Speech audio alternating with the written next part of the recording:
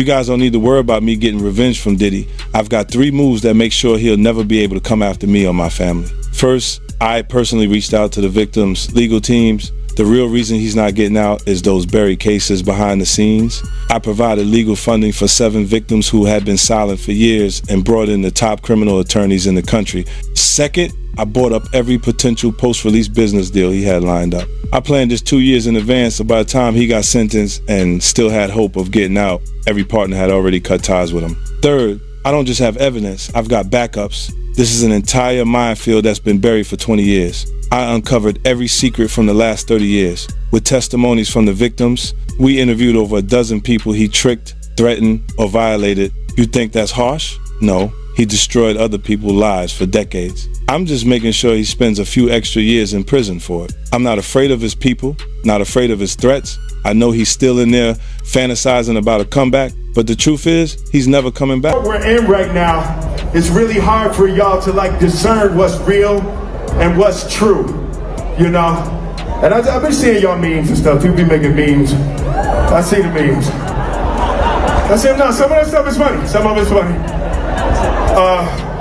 But I haven't addressed any of this publicly, but I just want to say this very clearly. I don't have to do with Puffy, so y'all can stop all them memes.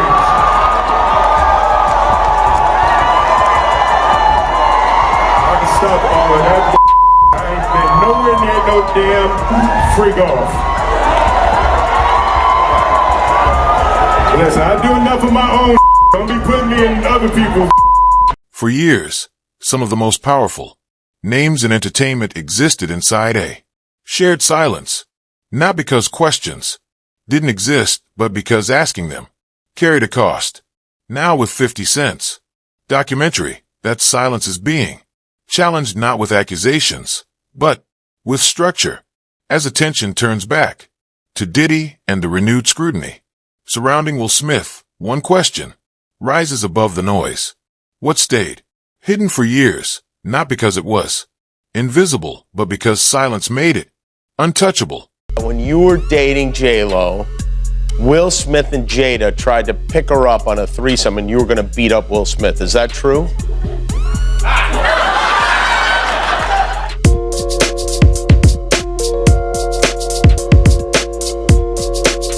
You really heard that? Nah. What? Yeah, I watched it on the internet. You're telling me I can't believe everything I read? What? I don't know what you're talking about.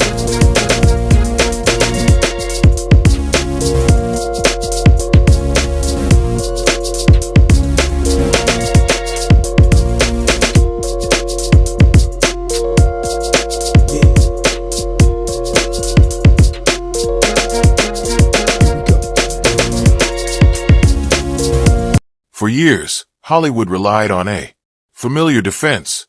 Say nothing. Wait it out. Let attention move on. That silence worked until it didn't. 50 Cent's documentary enters precisely at the moment when quiet becomes untenable. He should have never slapped Chris. I'm not watching the movie. It's not happening. You don't understand. Do you understand why he slapped Chris? Did you see in that moment from probably what he was dealing with? What was he dealing with? What the f was he dealing with? Something made him slap his brother. No, something didn't make him snap anything. He laughed at that bad joke that Chris said like everybody else. And then Jada looked at him and it was like the Manchurian Candidate. Not the Manchurian. Real life. If that shit ain't real life, It ain't real life. Just say real life street stars. You know what time it is. Now I have to ask before we get out because I don't want to forget it. Your earrings just reminded me of Black Power, Black Excellence, and I just need your take on it because Emancipation comes out in 1 hour. Came out December 9th, which is today's the 9th, right? That's such a fucking below the belt fucking question. No, but I just got It's the only below the belt question that you asked because you already know what's gonna happen. Don't front. We've been down there. Fuck Will Smith. No, wait. He can kiss my ass. Wait. He should have never slapped Chris. I'm not watching the movie. Damn it. It's not happening. You don't understand. Do you understand why he slapped Chris? Did you see in that moment from probably what he was dealing with.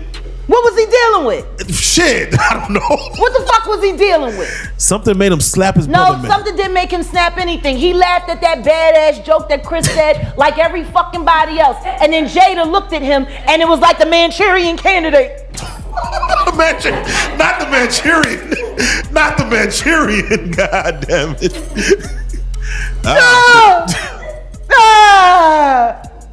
That's what the fuck happened. I thought there's a legion of women who said, I'm glad for Will fighting for his woman. Yeah, because they still want to believe that that sham of a fucking marriage is real. Well, there you go. He ain't never gonna be Tupac, and she proved it when she fucked August Alsina. Ooh, man. Yeah. They're both bisexual. They do weird things in their house, and young men have left their house fucking screaming to get away from them in their mentorship. Meek Mills. Bashir Gray. Reframing absence of comment as a story. In itself, when a system protects itself, through delay, the act of finally, speaking is not neutral. It disrupts long-standing arrangements. If silence held power for years, what does its collapse reveal about what was being protected? It all started, we was in Atlanta. And this story starts when I'm with Puff and he's in the exotic bookstores and he's doing shopping. Right, he's shopping, getting his stuff and everything like that. So, you know, this is the first time I was ever in an exotic bookstore with Puff. So, you know, I'm giving him his space. He's taking things off the shelves and stuff like that because they gave him a brown paper bag. When they gave him a brown paper bag, he was just putting stuff in there. So I said, damn, you know, he got to go put it on the counter and, you know, show everybody what he's getting. So as he's going, I'm just looking at the places where he picking stuff from. So there's one part he picked up some things from up here on my left side. And then he picked like quite a few of them down. I'm like, okay. He put them in the bag. So when I went by there and I looked up there and it said butt plugs. And I was like, hey, yo. I was messing with him. Because people don't understand, you know, we was like friends. He was a part of the same gang. So I'm still gonna tease him. I'm still gonna mess with him and everything like that. I could do that. It wasn't just no security thing. So I say, yo, what are you getting this for? And it said butt plugs. And he was like, yo, can I do my shopping by myself? I said, yeah, you could do it by yourself, brother. And he started walking and everything like that. So when he got I just waited at the counter. So when he got to the counter, he didn't even have to show the guy nothing. He just gave the guy a wad of money. I mean, like he gave the guy a stack something like this. And Puff wasn't the dude that carried no 20s and no 50s and nothing like that. And I mean, like he just said, boom. And we walked out the store. So we had to leave Atlanta and go to North Carolina for a show. You understand? And it was him, this rapper, Sarah, and this other girl. We all got on a G5 jet, and we flew to G4 jet, and we flew to North Carolina. So, what stayed hidden was not a single incident, but a pattern relationships, normalized by success, proximity, explained away as coincidence. Diddy's influence existed openly yet rarely, examined beyond achievement and access. Familiarity replaced scrutiny and repetition dulled curiosity. The implication is cultural rather than criminal. Patterns can remain unseen when they are treated as routine. How much remains hidden simply because everyone assumes it is normal. When they were in the room and they would go in the room with another couple, right? And I've seen some things happen in the jacuzzi. Like when I'm the only one could go to the room 9 times out of 10. When Puff was the one who, you know, was in the presidential suite, I'm the only one allowed. I gotta watch the door. No one can get into that door. I'm the only one that had the pass key or whatever. You know what I'm saying? And then sometimes you would hear a boom, boom, boom, boom, a thump or whatever the situation is and stuff like that. Yo, what's up? Everything good? And sometimes they would open the door. I'm right there by the door. Sometimes you see things you don't want to see. Hey, did they ever try to get you involved? Or Not at all. Offer you? Not at all. Puff did it one time, but that's in my book. When he was coming from Dallas, he had the snow bunnies. And I reneged on that. Nah, I'm good. Hey, did you see any celebrities Puffy did any of that stuff with? The swinger stuff with? Yeah, I did. Tell me about that.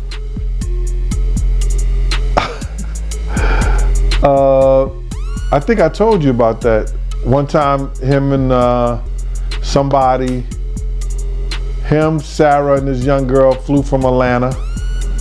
And they, and flying from Atlanta, we had this artist with us, right? And we were staying in the presidential suite at the hotel. And this particular artist and Puff, they told me, don't let nobody come in the room. So I said, all right, cool. So I propped my chair by the room door. Power rarely stands alone. It operates through proximity. Those near it benefit quietly for years while risk accumulates. Unnoticed. In this ecosystem, distance is often strategic rather than instinctive. The movie Emancipation, how the fuck you gonna play in a movie called Emancipation and you can't emancipate yourself? Ooh. Bars. Cause you trapped in a hole. My nigga, you trapped in a hole. This bitch clowning you day after day after day after day. And once again, I hate saying these things because their children are dope. But Jaden's kind of MIA. And considering that he emancipated from their household at 16 and refused to come back, even to do family interviews. You know? Yeah. Willow's just kind of, she's dope. Too much shit happened in that fucking house. Too much shit happened in that fucking house. And meanwhile, I go to jail for defending my child and these niggas don't even get a CPS fucking visit for the kind of shit they kids see. You know? There you go. So yeah, I'll watch the movie when, I'll watch Emancipation when he emancipates himself from the hell that he lives in, that he tries to call marriage with that woman who still wished Tupac was alive. The closer one stands to influence, the higher the cost of asking questions too. Early, when proximity delivers, opportunity first and consequences. Later, who is expected to absorb the risk when narratives shift. But enjoy the film, buy lots of popcorn. I ain't supporting shit he fucking though. He's a bad representation for black men. He is literally the epitome of a ballless man. I'm sick and tired of people making our black men look weak. I'm sick and tired of that shit because I don't know no nigga that would put up with the shit that bitch done put him through. Now you could justify staying because you ain't want to cut up the money because she would have got the child support and the alimony, but the kids is grown. So if you staying now, it's either because you being blackmailed to stay or you too lazy to go. He housebroken. That don't fit right for a Philly nigga. But he did grow up in Overbrook though. He didn't technically grow up in West Philly. That was Jazzy Just Life he was writing about. He lived over there, not far from where Kobe Bryant grew up. That's the other side of City Avenue. He came up Overbrook, so they had big houses and he wasn't at the playground get beat up. That was Jazzy Jeff. Will Smith's public distancing marks a transition from long-standing discretion to explicit boundary setting.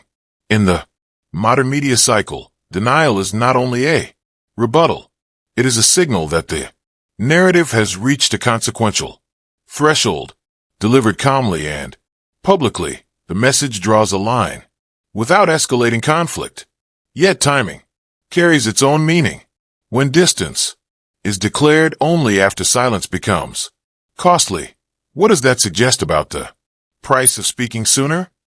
So I'm gonna get into this Diddy documentary that's been going on, man. It's still #1 as far as I know, man. I mean, I don't know how many millions of times this thing has been streamed, but this thing it's kind of crazy how big this thing actually is, you know, because us that's been following for a really long time, you know, kind of heard a lot of the stuff, man, but people are still going crazy for it, man. So what was your first reaction when you first seen it? When I first seen it, I said, damn, they stole my whole damn idea.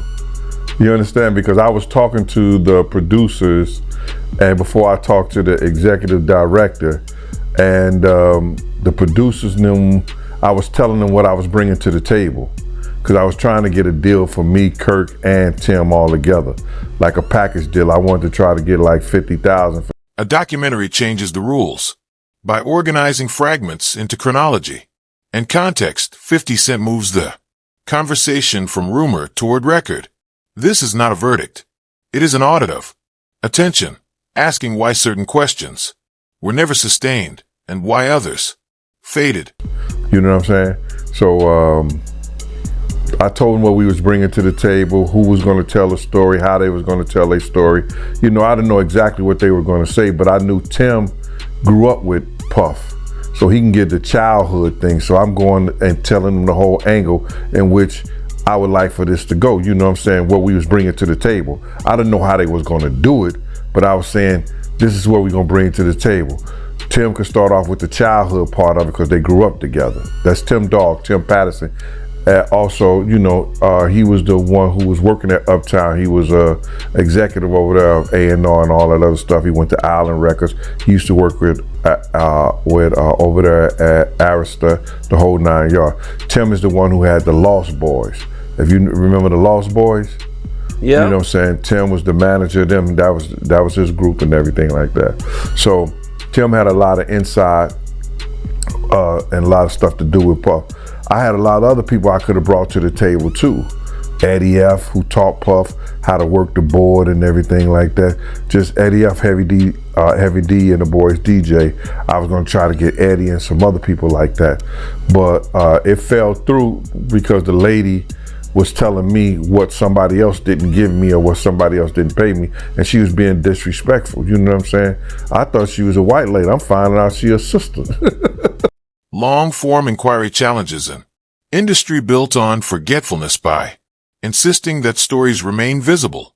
When documentation replaces dismissal, who decides which version of events becomes permanent? You know, Diddy has a long list of victims. You know, I mean, you got Cassie, Kurt Burrows, Shine, Little Rod, Mark Curry. I mean, you know what I'm saying? The list goes on of all the people who he's did wrong. You know, out of all the people you've heard of and all the stories that you heard and the stuff that you know about, you know, who do you think is like Diddy's biggest victim? Who I think Diddy's biggest victim is? Yep. The mothers. Okay. Big's mama. Wolf's mother. The people that lost their sons. They could never get that back. Especially with those are the two people that changed his life. Put him on that pedestal to be a great producer. So I believe the mothers in them that lost their sons are the biggest victims of it all. Man, that's deep, man. That's crazy, man. You know, because I mean, you know, you brought up Big and the mom, and in the documentary they even talk about Diddy not paying for the funeral, acting like he's gonna pay it, but then billing it to Biggie. What was your thoughts on that? When you seen that, were you surprised when you seen that? No, I wasn't surprised, you know, because they said that when Big died, he built the estate. He took it out of Big's his budget. You understand what I'm saying? So Yep. I wonder who got the life insurance policy. It was crazy. What's up? This is Cam Capone. We got more content like this coming soon, so hit that like button, subscribe, and stay locked in to Cam Capone News. The response to scrutiny reveals how accountability is unevenly applied. Some figures face immediate consequences. Others remain insulated by brand value, legacy, or alliances. The renewed focus around Diddy alongside collateral. Attention on Will Smith exposes how protection can be structural rather than personal. The issue is not conspiracy, but design. If accountability activates, only when silence fails can any system claim consistency. What makes you say that? Well, what I said is that isn't it weird that the government was so interested in Diddy's baby oil that they took 1,000 bottles away from his house? If the government took 1,000 bottles of baby oil and somebody had things what appeared to be baby oil, and then you have to listen to the prosecutor. He said that they seized 1,000 bottles what allegedly to be baby oil. Allegedly to be baby oil. So that's telling people that it wasn't baby oil. And people think that that was baby oil, they out their mind. I don't believe it was baby oil. Yo, bro, when they went up in there, they knew what they was gonna find. They knew what was ever in that baby oil or that those bottles that appeared to be baby oil, they knew about that at first. You gotta realize 9 times out of 10, that individual that got caught at the airport, that was supposed to be their carrier, told them what they was doing and what they had. I wouldn't put him past that he told them everything. So when they went up in there, they knew they had to take whatever was out there, and that thing that appeared to be baby oil, they took that. They gotta test every last one of them. Let's see how much, let's see how many of those come back to be baby oil. Bro, listen to me. Costco don't sell that much baby oil.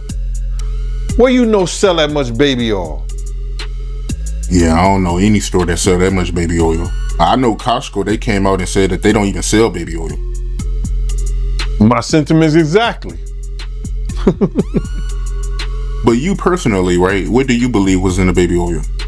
If you ever seen a massage parlor being raided and they walking out the people, do they take the massage oil with them when they go? No, they just walk out the people who are.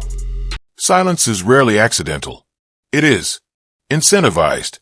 Careers advance through access, stability, and alignment while dissent threatens exclusion. This documentary examines how silence becomes a currency traded for opportunity and preserved by fear of disruption. When the cost of speaking outweighs the cost of waiting, quiet becomes the rational choice. If honesty threatens survival within the system, how transparent can that system ever be? Deal. Let's get right into it. Diddy, he got indicted. You called it, man. A few weeks ago, you was on the platform and you said that he was going to get arrested in September. Yeah, man. Anybody who in law enforcement or people know the law, when Homeland Security ran up into his house, people will tell you, or people knew it was just a matter of time that they was going to indict him and bring him in to see the judge, bro. It was just a matter of time. I just figured out with the grand jury and their different sessions and stuff like that, and then what one of the witnesses told me, I just figured it out that it was going to be around September that they were going to bring him in, bro.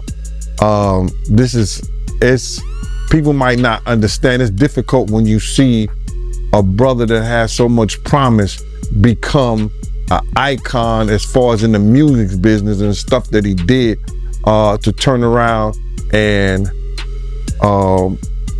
just tear his whole life down, but it's all because of his mentors and the people that trained him and taught him the music business. You know, it's all about the people who trained and taught him the music business, because Puff wasn't he wasn't born a monster. You know what I'm saying? He was made into a monster, brother. Do you understand what I'm saying? He was made into a monster from the stuff that happened to him, the things that he had to do. You understand? The things that he had to do to become who he is. You know what I'm saying? You know, it's like this, brother. You never like something so much that you can't do without, and you never be willing to do anything to get where you want to be at. You got to have principles, you got to have morals, you got to keep with that stuff. And in that music business, a lot of that stuff get thrown out the window. You understand? And that's what happened to him. He started doing the things to other people that was done to him. To keep it frank, he was doing the things to other people that was done to him. And it is what it is. You got to know better. And if you know better, you will do better. When he was in New York City, he was like that gecko from the Geico commercial. Then he turned and started going, when he lived in Cali and Miami, he turned into Godzilla. I would see him talk about how he using drugs. He was never like that. Smoking cigarettes, smoking weed and everything like that. He turned into something that you could consider a monster, bruh. Then he started doing things to people. You understand that? This story does not conclude with a denial or a documentary release. It begins a reckoning. What stayed hidden for years now competes with documentation, public memory, and sustained attention. 50 Cent, Diddy, and Will Smith occupy different positions within the same framework challenge, power and proximity, revealing how silence once stabilized the industry and how its rupture creates uncertainty. The final question remains unresolved. Once silence is broken, will truth replace it, or will the system simply learn more refined ways to stay?